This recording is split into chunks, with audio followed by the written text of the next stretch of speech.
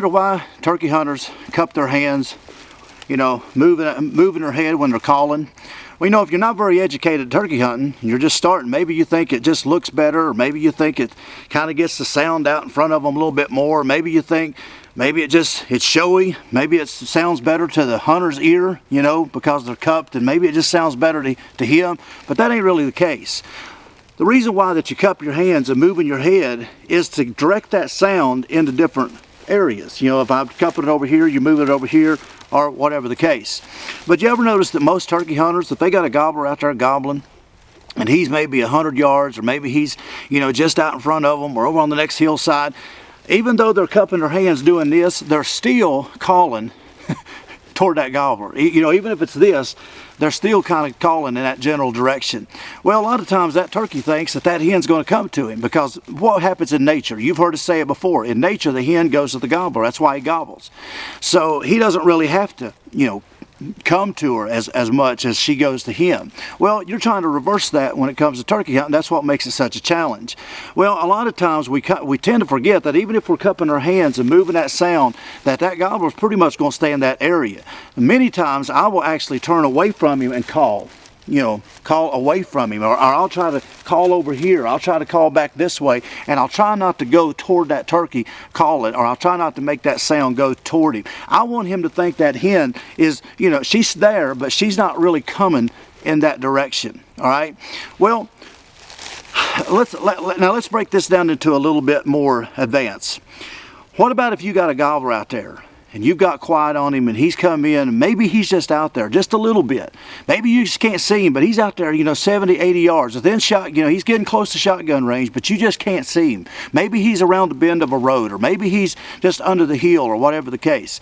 You know, a lot of times we say, and you've heard me say this, and it's true, that you don't have to be a world champion turkey caller to kill turkeys. You know, you don't really have to be an expert turkey caller, but great calling does help, and that's why we should learn, and that's why we should advance in our calling, or try to, you know, until we get so old we can't turkey hunt no more. We always ought to try to advance and learn, because sometimes it takes more than just a yelp or a cluck or a purr to get that turkey broke. Sometimes you got to finesse a turkey. You really got to just, I mean, you just got to almost, it's almost like a bass fisherman, when you just have to lay that bait almost on top of this, you know, this fish, because the moment that bait hits the water, he's out of there. So you got to almost place that without even making a sound. It's finesse fishing. You know, you trout fishermen knows what I'm talking about, because it works great in trout fishing too.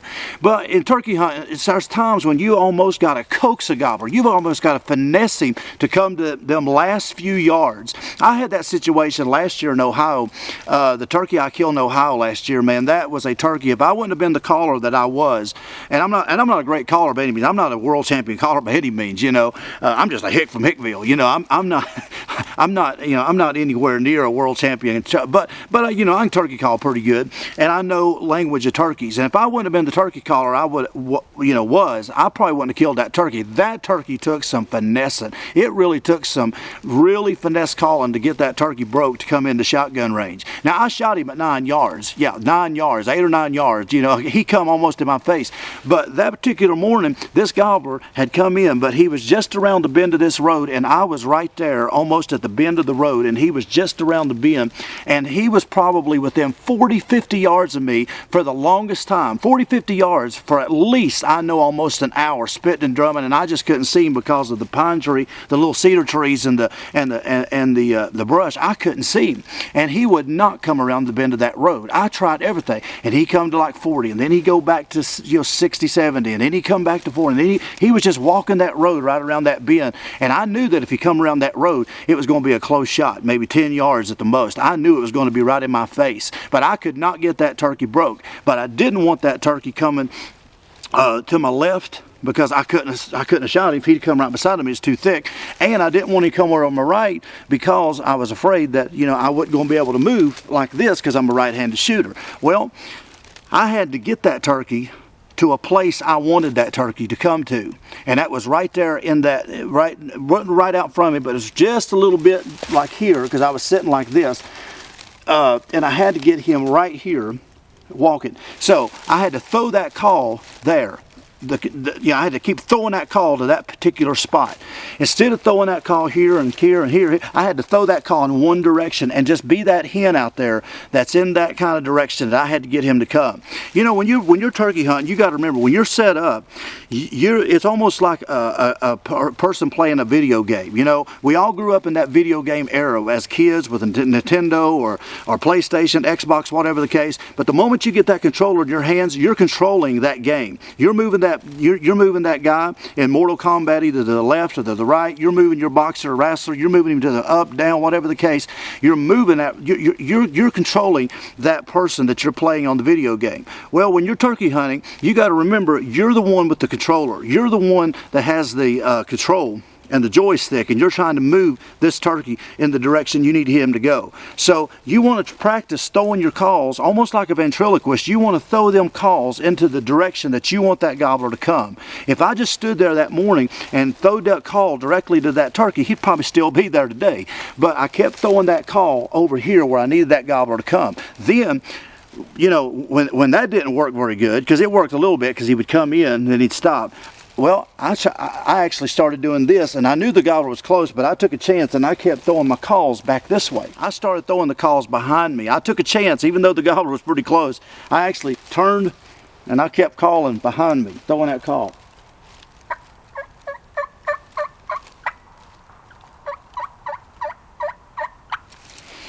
Now I'm doing that real under your breath type calling. Now it's going to be louder on the mic, but I'm doing that real light stuff, the real light feeding calls, the real light. I'm doing just the stuff that's so light that you can barely hear it, but that's what I'm doing.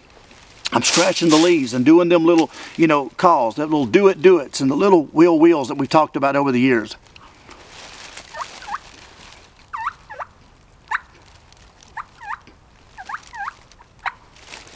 But I'm throwing it behind me. The gobbler's here 40, 50 yards.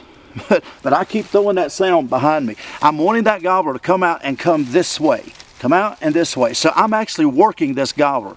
Instead of just doing the same things, adding, I'm throwing that call. So you can control these turkeys because they, like I've said, they've got a keen sense of knowing exactly where you almost them calls or where that hen's supposed to be. And sure enough, that morning, after doing all this little, you know, finesse calling, that gobbler come out in the bend of that road 10 yards, and he walked out exactly where I was throwing that call at, where I could see him, and I shot him about 8 or 9 steps. So control these gobblers. Pick a spot where you want this guy, you know, pick a spot where you're throwing these calls at, behind you, to your left, to your right, wherever you need this gobbler to come, and just kind of make them do what you want them to do. Many times that'll work. So instead of getting all hung up on calling directly to the turkey, or, you know, even if you're moving your head a little bit, but you're still in the same direction of the turkey, remember, throw that call in the opposite direction, and because you got to get him to come to you. So remember that on your next turkey hunt, and it could be the very thing that gets that old gobbler right into your lap, and you take it home with you. Be sure to subscribe to this video. Just hit that subscribe button down the corner. I'd really appreciate it. Also, check out all the links below. Check out all my social media platforms of Facebook and Instagram. Come and like and follow me there on them platforms. Check out my website, Dell Outdoors. Check out my shirts, my apparel there on the Dell Outdoor website. Join me on Patreon, where you can actually support Dell Outdoors. If this channel's helped you a lot in your turkey hunting and you feel like we've been a blessing to you, if you want to give a small tip of maybe $2, $3, $4, $5, $10, join me on Patreon and just give us a little tip. We'd really appreciate it. It helps us just to continue bringing quality videos to you every year. Also, check out tidewee.com, where you can get with all the good folks at Tidewee and get their apparel that we're using, and their turkey vest that we'll be using this spring. We used it last year. It was great turkey vest. We'll be using it this spring, and all their apparel, boots. Just check them out there, tidewee.com. Check out springfevercustomcalls.com, where you can get my signature series of calls, the old slide box call, the old slide slate call, my old slide mouth call. springfevercustomcalls.com.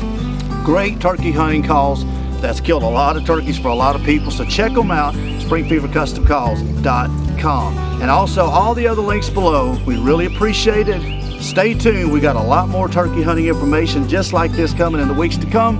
And we'll see you in the next video.